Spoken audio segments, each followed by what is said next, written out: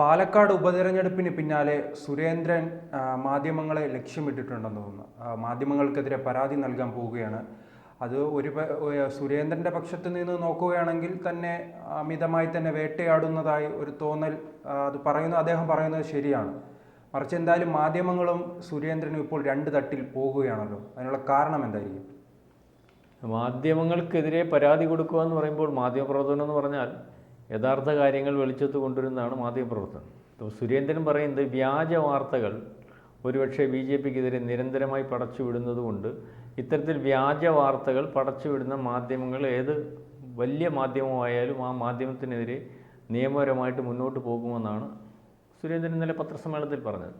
യാതൊരു കാരണവശാലും അത് അനുവദിച്ചു കൊടുക്കാൻ സാധിക്കത്തില്ല എന്നുള്ളതാണ് സുരേന്ദ്രൻ്റെ പറച്ചിൽ നിന്ന് മനസ്സിലാവുന്നത്. അപ്പം ഈ വ്യാജ വാർത്തകൾ എന്നുള്ളത് തീരുമാനിക്കേണ്ടതും അല്ലെങ്കിൽ വ്യാജ വാർത്തകളാണോ എന്ന് തീരുമാനിക്കേണ്ടതുമൊക്കെ അത് ആ വാർത്തയുടെ യാഥാർത്ഥ്യം അല്ലെങ്കിൽ ഇത് വ്യാജമാണെന്ന് തെളിയിക്കേണ്ട കടമ കേസുമായിട്ട് വരുമ്പം BJPക്കും അല്ലെങ്കിൽ BJPയുടെ ഉത്തരവാദിത്തത്തിലിരിക്കുന്ന സുരേന്ദ്രനും ഒക്കെ വേണ്ടി വരും. ഏതായാലും മാധ്യമങ്ങൾ നമ്മളീ പറയുന്ന പോലെ സ്വതന്ത്ര മാധ്യമ പ്രവർത്തനമല്ല ഇപ്പം നടത്തുന്നത്. നമുക്ക് മനസ്സിലാവുന്ന ഒരു കാര്യം, അത് BJPക്കെതിരെ ആയാലും കൊള്ളാം, CPMനെതിരെ ആയാലും കൊള്ളാം, കോൺഗ്രസിനെതിരെ ആയാലും കൊള്ളാം, എല്ലാം ജനങ്ങൾക്ക് ഗോസിപ്പ് ഉണ്ടാകുന്നതും അല്ല ഗോസിപ്പ് വാർത്തകൾ ജനങ്ങൾക്ക് ഗോസിപ്പ് വാർത്തകൾക്കകത്താണല്ലോ താല്പര്യം. അല്ലെങ്കിൽ ഇന്നത് സംഭവിക്കുന്നു, ഇന്നത് സംഭവിച്ചേക്കാം, അല്ലെങ്കിൽ ഈ ചില ആ രീതിയിലുള്ള വാർത്തകൾ. അപ്പം BJPക്കെതിരെയാണ് ഇപ്പം കേരളത്തിൽ നമ്മൾ പരിശോധിക്കുമ്പോൾ ഏറ്റവും കൂടുതൽ വാർത്തകൾ കെട്ടിച്ചമയ്ക്കുന്നത് അല്ലെങ്കിൽ വാർത്തകൾ ിലൂടെ ഒരു പ്രസ്ഥാനത്തെ ഇല്ലായ്മ ചെയ്യുന്നതിന് വേണ്ടി ശ്രമിക്കുന്നത്. അദ്ദേഹം ഇപ്പോൾ കാട്ടുന്നത് ആ കോഴിക്കോട് കുറുവാർ സംഘം എന്ന് പറയുന്ന ഒരു പോസ്റ്റർ പ്രത്യക്ഷപ്പെട്ടിട്ടുണ്ടല്ലോ. അതൊരു ചാനലാണ് അവിടെ കൊണ്ട് ഈ ഒട്ടിച്ചതെന്ന രീതിയിലാണ് അദ്ദേഹം പറയുന്നത്. അത് ഒരുപക്ഷെ സുരേന്ദ്രൻ അങ്ങനത്തെ ഒരു ആരോപണം തെളിയിക്കേണ്ടതായിട്ടുണ്ട്. ഏത് ചാനലാണെന്നും പറയേണ്ടതായിട്ടുണ്ട്. അങ്ങനെ ഉണ്ടെങ്കിൽ ആ ചാനൽ അവിടെ കൊണ്ടൊട്ടിച്ചതിൻ്റെ തെളിവുകളൊക്കെ പുറത്തുവിടേണ്ടതായിട്ടുണ്ട്. അങ്ങനെ പുറത്തുവിടാൻ പറ്റുമല്ലോ. അങ്ങനെ ചാനൽ കൊണ്ടുവന്നിട്ടുണ്ടെങ്കിൽ അത്തരത്തിലുള്ള ആരോപണം ഉണ്ടെങ്കിൽ അത് പുറത്തുവിടുന്നതിന് വേണ്ടി സാധിക്കും. സുരേന്ദ്രനെ പോലുള്ളവർ അത്തരം ആരോപണമായിട്ട് നിൽക്കുമ്പോൾ അത് റിപ്പോർട്ട് ചെയ്യുന്നതിന് മാധ്യമങ്ങൾക്ക് റിപ്പോർട്ടിങ് ചെയ്യാതിരിക്കാനും സാധിക്കില്ല. മാധ്യമങ്ങൾ റിപ്പോർട്ട് ചെയ്തേ മനസ്സിലാകത്തുള്ളൂ. ഏതായാലും ഈ ഒരു ഉപതെരഞ്ഞെടുപ്പ് മാത്രമുള്ളൂ. ഉപതെരഞ്ഞെടുപ്പിനകത്ത് എല്ലാ രാഷ്ട്രീയ പാർട്ടികളും അവിടെ മത്സരിക്കുകയും മത്സരിക്കുന്ന സമയത്ത് ഒരുപക്ഷെ രാഷ്ട്രീയ പാർട്ടികൾ നേതാക്കന്മാരെടുത്ത് ചോദിക്കുമ്പോൾ അവരുടെ സ്ഥാനാർത്ഥികൾ ജയിക്കുമെന്ന് ഉറച്ച് പറയുകയൊക്കെ ചെയ്യും. അത് ആ സ്ഥാനാർത്ഥിയുടെ വിജയത്തിന് വേണ്ടി എല്ലാ രാഷ്ട്രീയ പാർട്ടികളും പറയുന്നൊരു കാര്യമാണ്. ആ മത്സരത്തിന് ശേഷം ഏതെങ്കിലും ഒരു പാർട്ടി ജയിക്കുകയും ബാക്കിയുള്ള പാർട്ടികൾ പരാജയപ്പെടുകയൊക്കെ ചെയ്യും. അത് പാർട്ടിക്കാർ പരിശോധിക്കേണ്ടതാണ്. അതിനകത്ത് മാധ്യമത്തിന് ജനറലായിട്ട് എന്ത് സംഭവിച്ചു എന്നതിനെപ്പറ്റി അഭിപ്രായം പറയാൻ പറ്റും. പക്ഷേ ഇല്ലാത്ത കാര്യങ്ങൾ ഉരുത്തിരിച്ചുണ്ടാക്കി അല്ലെങ്കിൽ ഒരു പ്രത്യേക ഭാഗത്തിനെ ഉപദ്രവിച്ചുകൊണ്ട് മുന്നോട്ട് പോകുന്ന ഒരവസ്ഥ സുരേന്ദ്രൻ പറയുന്നതിനകത്ത് വാസ്തവമുണ്ടെന്നാണ് നമുക്ക് മനസ്സിലാവുന്നത്. സുരേന്ദ്രൻ പറയുന്നത് പോലെ ഇപ്പം ഈ പറഞ്ഞ ഉപതെരഞ്ഞെടുപ്പിന് മുമ്പേ നമ്മൾ മനസ്സിലാക്കേണ്ടത് ഇതുപോലെ തന്നെ മത്സരിച്ച് ജയിക്കാൻ സാധ്യതയുള്ള ഒരു മണ്ഡലമായിരുന്നല്ലോ തൃശ്ശൂർ സുരേഷ് ഗോപിയുടെ മണ്ഡലം. ഈ സുരേഷ് ഗോപിയുടെ മണ്ഡലത്തിൽ സുരേഷ് ഗോപിയുടെ പുറകിൽ നിന്ന് എന്തെല്ലാം ഉപദ്രവങ്ങൾ ഉണ്ടാക്കാൻ ഈ മാധ്യമങ്ങൾക്ക് സാധിക്കുമോ അതെല്ലാം സാധിച്ചിട്ടുണ്ട്.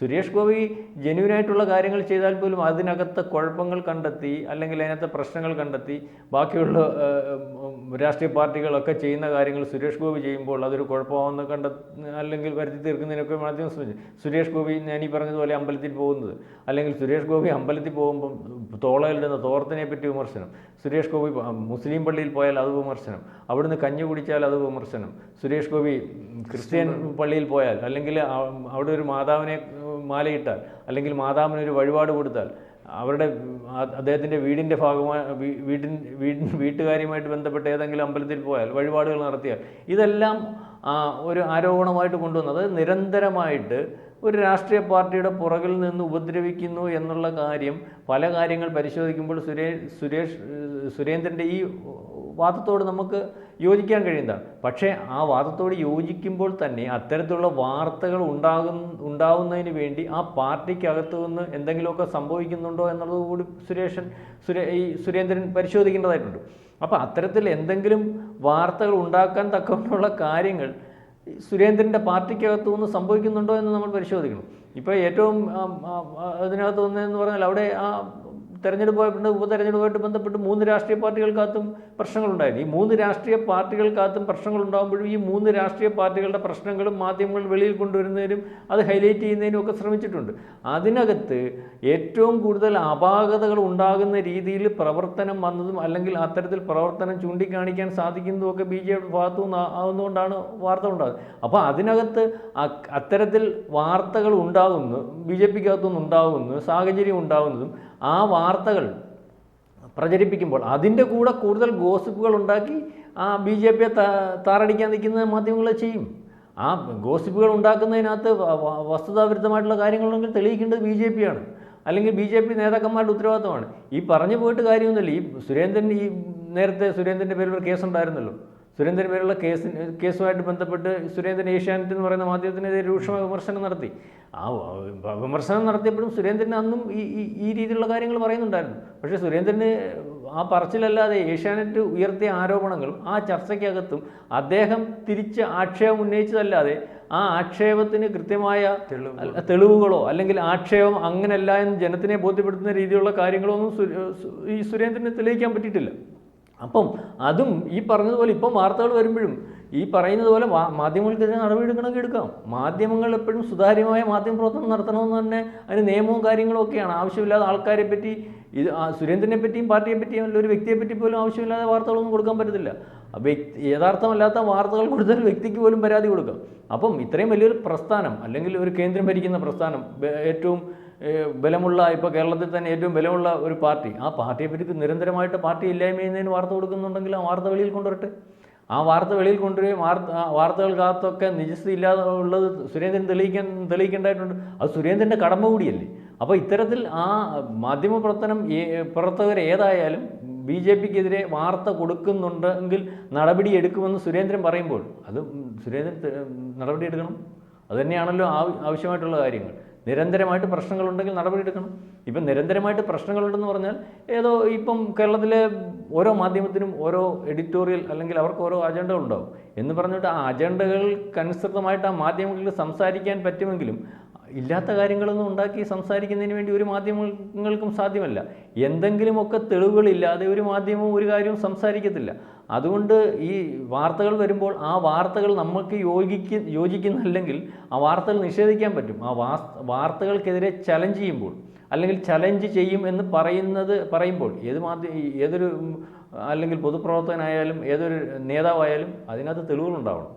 അല്ലെങ്കിൽ ഇപ്പം നമുക്ക് മനസ്സിലാവുന്നത് ഇപ്പം ഒരു യൂട്യൂബ് ചാനലായാലും അല്ലെങ്കിൽ ഒരു സാറ്റലൈറ്റ് ചാനലായാലും ഈ ചാനലൊക്കെ വാർത്തകൾ കൊടുക്കുന്നതിന് മുമ്പ് ആ വാർത്തകൾക്കകത്ത് എന്തെങ്കിലും ഒരു നിജസ്ഥിതി ഉണ്ടോ എന്ന് പരിശോധിക്കും. അല്ലെങ്കിൽ ആ വാർത്തകൾക്കകത്ത് നിജസ്ഥിതിക്ക് അടിസ്ഥാനമായിട്ടുള്ള കാര്യങ്ങൾ ശേഖരിച്ച് വെച്ചതിന് ശേഷമാണ് വാർത്തകൾ കൊടുക്കുന്നത്. കാരണം പ്രധാനപ്പെട്ട നേതാക്കന്മാർക്കെതിരെയുള്ള വാർത്തകളാണെങ്കിലോ അല്ലെങ്കിൽ ഇപ്പം BJPക്കെതിരെയായാലും സുരേന്ദ്രനെതിരെയായാലും ഇപ്പം CPMനെതിരെയായാലും അല്ലെങ്കിൽ CPM സംസ്ഥാന സെക്രട്ടറിക്കെതിരെയായാലും മുഖ്യമന്ത്രിക്കെതിരെയായാലും ഒക്കെ വാർത്ത വരുമ്പോൾ ആ വാർത്ത ജനം ശ്രദ്ധിക്കും, ജനങ്ങൾക്ക് ഇടയിലേക്ക് പോരും.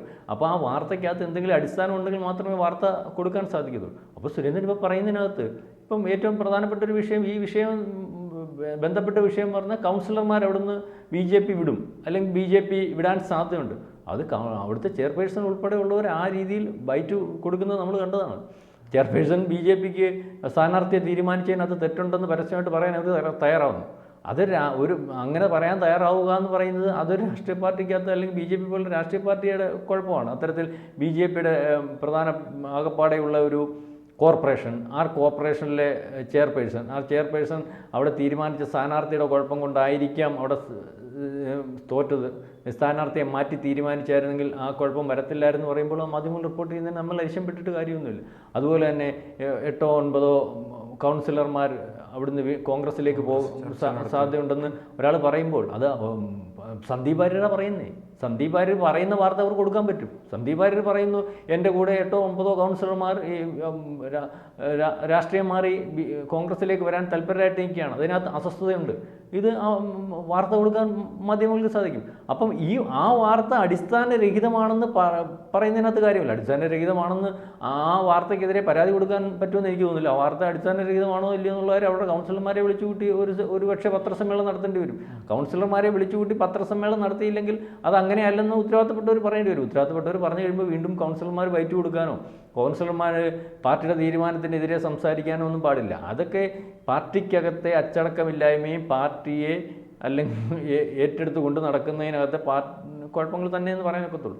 ഇപ്പം ഏതെങ്കിലും മാധ്യമങ്ങൾ രാഷ്ട്രീയ പാർട്ടികൾക്കെതിരെ സംസാരിക്കുന്നു, അതൊരു അജണ്ട വെച്ച് ഏതെങ്കിലും ഒരു പ്രത്യേക രാഷ്ട്രീയ പാർട്ടിക്കെതിരെ സംസാരിക്കുന്നുണ്ടെങ്കിൽ അതിനകത്ത് വാസ്തവമില്ലെങ്കിൽ മാത്രമേ നമുക്ക് ആ വാർത്തയോട് അല്ലെങ്കിൽ വാർത്തയ്ക്കെതിരെ പരാതിയും ആയിട്ട് മുന്നോട്ട് പോകാൻ ഒക്കത്തുള്ളൂ. അല്ലെങ്കിൽ വാർത്തയ്ക്കെതിരെ പരാതിയായിട്ട് മുന്നോട്ട് പോയാൽ ആ ചാനലിനെതിരെ നടപടിയെടുക്കാൻ ആ ചാനൽ ഒരുപക്ഷെ മുമ്പോട്ടുള്ള പ്രവർത്തനത്തിനെ തന്നെ അത് ബാധിക്കുന്ന രീതിയിലേക്ക് വരും. ഇത്തരത്തിലുള്ള നിയമങ്ങളാണ് ഒരു ചാനലൊക്കെ ഒരു രാജ്യത്ത് പ്രവർത്തിക്കുന്നതിനും അല്ലെങ്കിൽ ഒക്കെ സംജാതമാക്കി കൊടുത്തിരിക്കുന്നത്. അപ്പം ആ രീതിയിൽ പറഞ്ഞാൽ പോരാ. സുരേന്ദ്രന് നട്ടലുണ്ടെങ്കിൽ അല്ലെങ്കിൽ സുരേന്ദ്രൻ ആ രീതിയിൽ BJPയെ തകർക്കുന്നതിന് വേണ്ടി മാധ്യമങ്ങൾ ശ്രമിക്കുന്നു, അല്ലെങ്കിൽ BJPക്കെതിരെ കൊടുക്കുന്ന വാർത്തകളെല്ലാം വ്യാജമാണ് എന്ന് പറഞ്ഞാൽ പോരാ.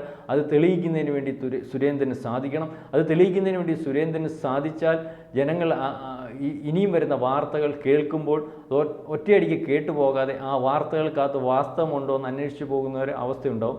ഏതായാലും സുരേന്ദ്രൻ പറഞ്ഞത് ശരിയാണെങ്കിൽ BJPക്കെതിരെ വ്യാജ വാർത്തകൾ കൊടുക്കുന്നുണ്ടെങ്കിൽ അത് തെളിയിക്കട്ടെ. അത്തരത്തിൽ തെളിയിച്ച് മുന്നോട്ട് പോകുന്നത് തന്നെയാണ് BJPയുടെ കേരളത്തിലെ മുന്നോട്ടുള്ള പോക്കിന് നല്ലത്.